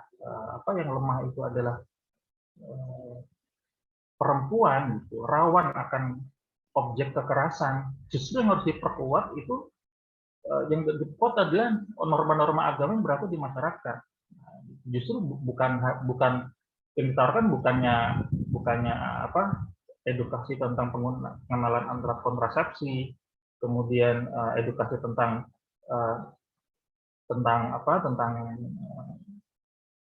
patriarkisme yang terjadi di masyarakat. Nah, itu adalah solusi-solusi ya yang bisa kita deteksi, wah, ini kok solusinya begini, bertentangan nilai-nilai agama. Nah, berarti ini kita cek dulu ini ideologinya apa. gerakan apa yang berada di balik gerakan kekerasan terhadap perempuan ini. Itu yang harus kita sadari bersama ya, bahwasanya tantangan umat Islam sekarang itu banyak sekali tawaran yang intinya itu seakan-akan melindungi perempuan, tapi justru itu membuka celah terhadap perilaku yang justru bertentangan dengan nilai dan norma-norma agama yang selama dipegang teguh oleh masyarakat mayoritas di Indonesia. Kemudian ini ya, kami juga dalam salah satu konsep dalam Islam itu adalah adanya konsep amanah. Bagaimana dalam tubuh manusia ini yang dimiliki oleh masing-masing manusia itu kan ada tangan, ada mata, ada mulut, ada lidah, termasuk juga organ reproduksi. Nah, semuanya ini itu bukan milik kita. Tangan kita bukan milik kita. Tubuh kita bukan milik kita. Tapi semuanya adalah milik Allah Subhanahu wa taala. Semuanya apa organ tubuh yang ada dalam diri kita itu akan dipertanggungjawabkan di hadapan Allah Subhanahu wa taala. Karena konsep amanah. Maka dalam Islam itu ya, dalam alam Islam mata ya, atau saudara-saudara kita yang tunanetra itu dia akan sangat mudah sekali hisabnya di akhirat karena tidak ada dosa apapun yang dilakukan oleh matanya selama dia hidup. Sama seperti kita gitu. Orang yang matanya normal seperti kita ya bisa melihat, bisa membaca gitu. Tentu hisab dari apa yang kita lakukan dengan mata kita selama hidup itu akan diminta pertanggungjawaban di hadapan Allah Subhanahu wa taala. Banyak digunakan untuk membaca atau tidak baca Quran atau tidak digunakan untuk hal-hal yang maksiat, itu semuanya akan dipertanggungjawabkan karena mata itu adalah titipan amanah yang diberikan Allah Subhanahu wa taala kepada kita. Itu mata, belum juga organ reproduksi. Nah, organ reproduksi ini tentu juga tidak lepas dari bagian tubuh yang lain. Semuanya akan dipertanggungjawabkan di hadapan Allah Subhanahu wa taala. Ya. Lalu bagaimana cara kita untuk mempergunakan organ ini? Apa pedomannya? Semuanya sudah ada rambu-rambunya di Al-Qur'an dan Sunnah. Maka apa yang kita miliki dalam tubuh kita ini semuanya harus berambu pada apa yang sudah ditetapkan oleh sang pemilik tubuh. Siapa? Allah Subhanahu wa taala. Maka kami juga mengkritisi adanya tema terkait kedaulatan tubuh. Jadi seolah-olah seorang itu berdaulat penuh atas tubuhnya, bebas melakukan apapun terhadap tubuhnya. Maka mereka mau tindik tebal, mau tatoan, mohon maaf, terus kemudian yang ekstrim ya sampai mohon maaf sampai ganti jenis kelamin begitu. Itu semua akan dipertanggungjawabkan di hadapan Allah Subhanahu wa taala. Bagaimana jadi adil itu tidak hanya dinilai dalam struktur sosial masyarakat ya, tapi bagaimana kita juga adil dalam mempergunakannya, dalam memanfaatkan apa yang sudah Allah berikan kepada kita. Maka kalau kita juga tidak adil dalam mempergunakannya, apa yang Allah memanfaatkan, apa yang sudah Allah berikan kepada kita, termasuk dalam tubuh, ya, tentu itu secara norma agama tentu itu tidak dibenarkan karena sudah ada rambu-rambunya. Ya. Jadi terkait kekerasan yang dialami oleh atau tema kekerasan ya dalam tanda kutip ya, itu jika dipahami ya dari perspektif feminis itu menjadi sangat bias sekali. Ya. Jadi ini ya saya ambil contoh ya, seperti kalau kita lihat televisi sekarang itu banyak sekali artis-artis itu yang gombal gitu, yang gombal kepada teman artis perempuan yang lain, cowok yang lain gitu. Oh ini kamu kok dari mana gitu? Kita nggak kemana-mana, oh di hatiku. Nah seperti itu. Itu kan bagi mereka itu kan bukan kekerasan, bukan candaan saja, gitu aja kok baper. Nah itu kalau dilakukan dengan perempuan lain, nah bukan seorang muslimah begitu, bisa jadi dia perempuan yang kedua yang dibegitukan itu juga akan merasa tersinggung. Ini kekerasan. Nah, gitu. Muslimah itu berhak melakukan, wah berarti gombalan kamu itu kekerasan verbal terhadap saya. Jadi kekerasan ini menjadi sangat menjadi sangat bias dan sangat verbal sekali. Maka kami justru ya di MKU Media itu lebih mendukung jika tema kekerasan itu diganti dengan kejahatan. Jadi kalau sebuah kejahatan itu sudah pasti akan masuk pada tindakan kriminal. Terus juga sedikit ini ya, sedikit tambahan untuk menggarisbawahi apa yang sudah disampaikan oleh pemateri pada malam ini, itu adalah ketepatan dalam menyelesaikan problem yang terjadi di masyarakat terkait hubungan antara laki-laki dan perempuan. Jadi solusi-solusi yang justru itu menyimpang, tidak berdasarkan nilai nilai agama itu perlu kita kritisi sehingga norma-norma agama dan dalam fungsi keluarga itu kalau kita junjung tinggi ya sebagai negara yang berperan pada ketuhanan yang jadi ya saya sedikit menambahkan ya. Jadi terkait tokoh yang otoritatif dalam gender siapa argumennya. Nah, saya dalam penelitian saya pernah menulis terkait buku yang ditulis oleh Valerie Bryson namanya, judul bukunya Feminist Political Theory. Jadi dalam buku ini mereka mengakui bahwasanya Valerie Bryson tokoh gender terkenal.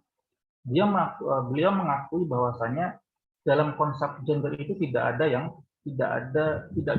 bisa satu teori gender itu mengakomodasi seluruh pengalaman perempuan yang ada di seluruh berbagai belahan dunia. Nah, konsep kekerasan yang ada di Indonesia itu bisa jadi berbeda dengan konsep yang diterapkan di Asia Selatan di India. Nah, konsep yang ada di India itu bisa jadi setelah diteorikan, bisa jadi itu tidak merangkul kekerasan atau melindungi perempuan yang ada di Eropa. Dan terus demikian. Maka Valerie Bryson menyebutnya sebagai fleksibilitas teori. Jadi teori gender itu bisa diakui oleh perempuan manapun di dunia selama itu menyangkut terhadap pengalaman perempuan. Jadi kalau dia dan itu bisa jadi sangat bertolak belakang dan itu diakui sendiri oleh Valerie Bryson bahwasanya pengalaman perempuan itu tidak bisa ditujukan dengan satu teori saja. Satu teori not fit at all katanya. Tidak cukup untuk merangkum semua ini. Maka ketika kita mencari siapa tokoh yang otoritatif dalam menjelaskan tentang konsep gender ini, dia tidak ada. Karena semuanya otoritatif, semuanya merasa dirinya berhak untuk membentukkan pengalaman perempuan. Maka dalam buku Valerie Bryson ini ya, saya tahu ini saya diizinkan untuk share bukunya atau tidak di sini.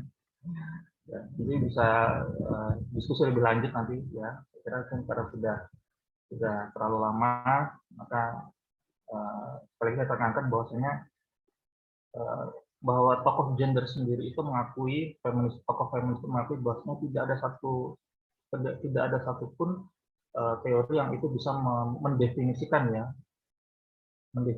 tentang perlindungan terhadap perempuan. Karena pengalaman perempuan di berbagai dunia itu sangat beragam dan berbeda-beda. Bagaimana dalam perlindungan terhadap perempuan sendiri itu sangat bertolak belakang.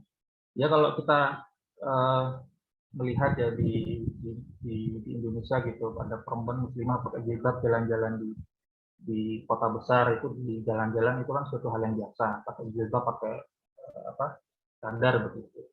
Tapi kalau pakai jilbab gitu, pakai burqa gitu, itu di tengah-tengah kota Paris dan ke tengah-tengah kota Milan, ya, itu justru malah kena denda. Nah, ini kan menjadi ini kan, katanya melindungi perempuan, tapi justru ketika perempuan di Milan atau di Eropa itu menggunakan haknya untuk memakai jilbab, tapi justru denda. Nah, ini kan menjadi sangat kontradiktif. Maka bagaimana sikap kita? Ya, sikap kita tidak lain adalah untuk senantiasa teguh terhadap apa yang sudah ditetapkan oleh agama, yang sudah ditetapkan oleh Al-Quran, bahwasanya, dan sekaligus meyakini bahwasanya dan penegas bahwasanya pedoman ya Al-Quran itu berhadis adalah pegangan kita untuk mengerti mana yang hak dan yang batil, sehingga kita tidak lagi terguncang terguncang dan tenggelam dalam keraguan-keraguan. Saya kira terima kasih. Sekian dari saya. Assalamualaikum warahmatullahi wabarakatuh. Kembali saya serahkan kepada saudara moderator.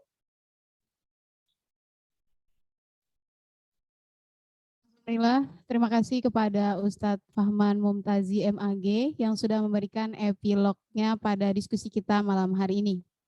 Dengan demikian, sampailah kita di penghujung acara diskusi kita. Kami ucapkan terima kasih kepada pemateri yang telah membagikan ilmunya dan juga kepada para peserta hadirin yang masih bertahan gitu ya sampai saat ini dengan antusias yang luar biasa.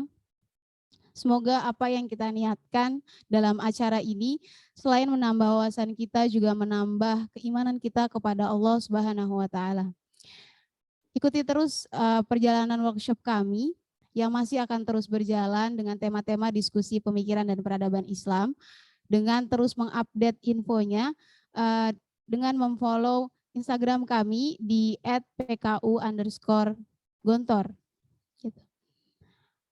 Saya Istika Ayu Lestari selaku moderator mohon undur diri. Mohon maaf apabila ada hal-hal yang kurang berkenan. Acara saya kembalikan ke MC. Wassalamualaikum warahmatullahi wabarakatuh.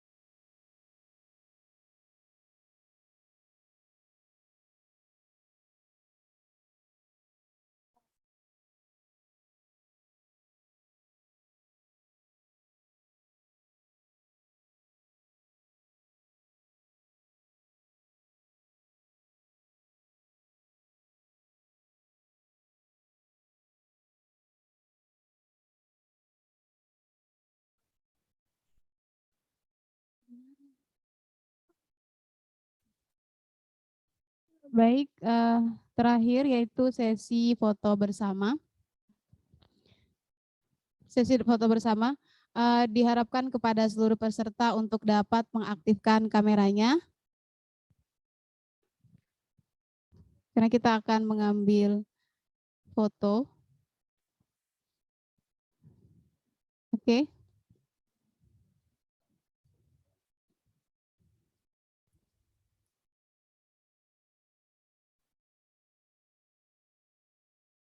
Baik, silakan MC untuk memandu.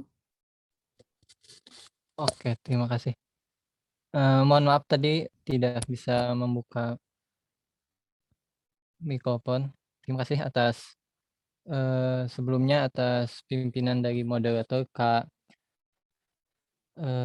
Istika, atas moderator pada penyampaian materi tadi.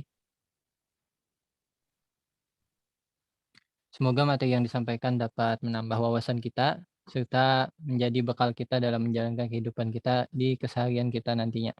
Amin ya rabbal alamin. Sebelumnya mungkin marilah kita untuk membaca doa terlebih dahulu sebelum mengambil foto bersama. Yang mana untuk pembacaan doa ini akan dipimpin oleh Jainal Abidin. Kepada Jainal Abidin dipersilakan. Assalamualaikum warahmatullahi wabarakatuh.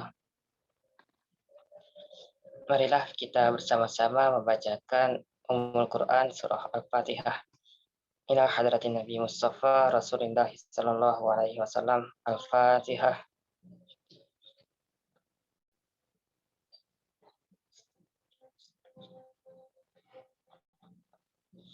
Amin amin. Bismillahirrahmanirrahim.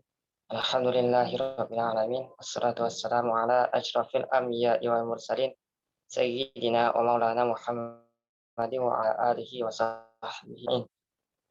Allahumma inna nas'aluka salamatan fid dinina wa afiyatan fil jasadina wa ziyadatan fil ilmina wa barakatan fil rizqina wa taubatan qabla al-maut wa rahmatan indal maut wa maghfiratan ba'dal maut. Allahumma hawwin 'alaina fi sakaratil maut wan najata minan nari wal 'afwa 'indal hisab. Rabbana la tuzigh qulubana ba'da idh hadaitana wa hab lana min ladunka rahmatan innaka antal wahhab. Rabbana atina fid dunya hasanatan wa fil akhirati hasanatan wa qina adzabannar. Subhana rabbika rabbil izzati amma yasifun wa salamun 'alal mursalin walhamdulillahi rabbil alamin. Assalamualaikum warahmatullahi wabarakatuh.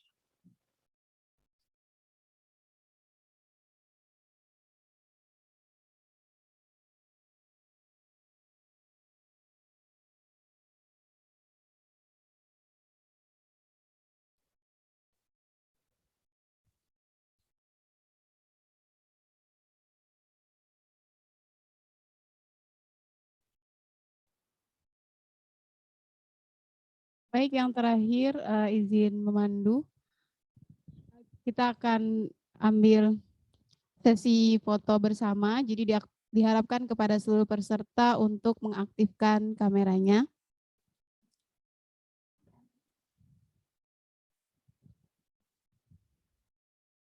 Oke.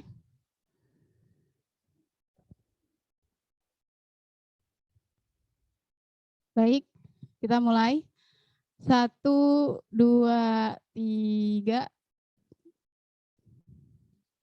Selanjutnya. 1, 2, 3.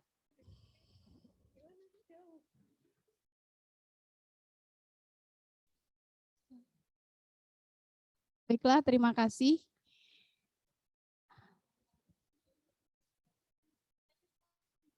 Masih ada selanjutnya?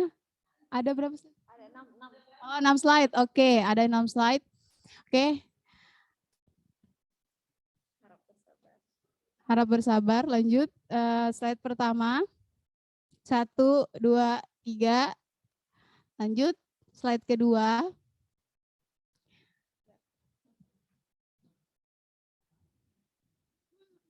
Oke.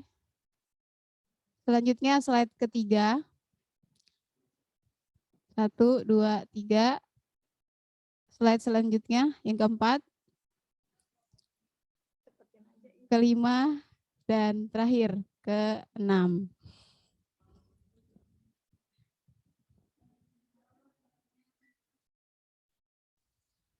Oke, terima kasih kepada seluruh partisipan.